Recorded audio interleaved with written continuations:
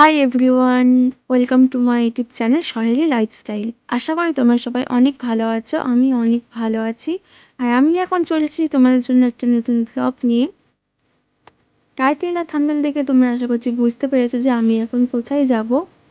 আমি এখন যাব হসপিটালে, কারণ তোমরা আগের ব্লগে দেখেছো যে আমি ঠাকুর দেখতে গিয়েছিলাম। ওখান থেকে আসার পথে আমার সাথে একটা দুর্ঘটনা হয়েছিল, সেটা হলো কুকুর আঁচড়ে নিয়েছিল। তো তার জন্যই আজকে হসপিটালে যাওয়া আমার।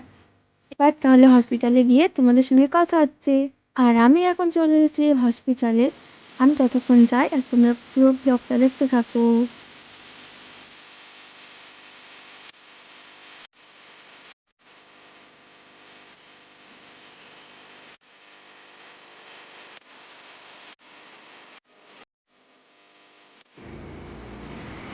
আর সামনে যেটা দেখতে পাচ্ছ ওটা হলো পদ্মাহাট হসপিটালের অফিস। আর সোজা যে রাস্তাটা দেখতে পাচ্ছ ওখান দিয়ে গিয়ে টিকিট কাটতে হয়। আর টিকিট না দেখালে কিন্তু ডাক্তার দেখবি না, কারণ এটা সরকারি হসপিটাল। আর আমি এখন টিকিট কেটে বসে আছি ডাক্তার দেখানোর জন্য, কারণ এখানে 5 জনের বেশি ঢুকতে দেবে না। তো দেখা যাক ডাক্তার এখন কি বলেন।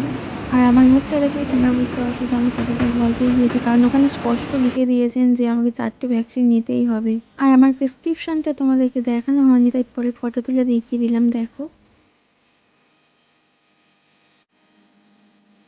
আর প্রেসক্রিপশনটা জমা দেওয়ার পর সেখান থেকে নিয়ে যাওয়া হবে যেখানে ভ্যাকসিন দেওয়া হচ্ছে, তাই তার জন্য আমি অপেক্ষা করছি।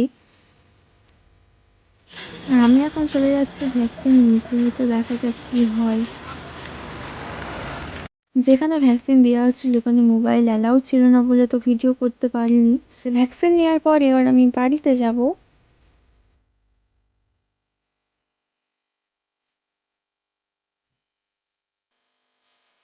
এবার আমি গাড়িতে বসে পড়েছি বাড়ি যাওয়ার জন্য।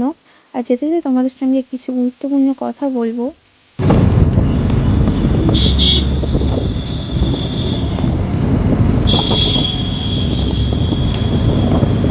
দেখো, মানুষের কখন কি হয় কেউ বলতে পারে না।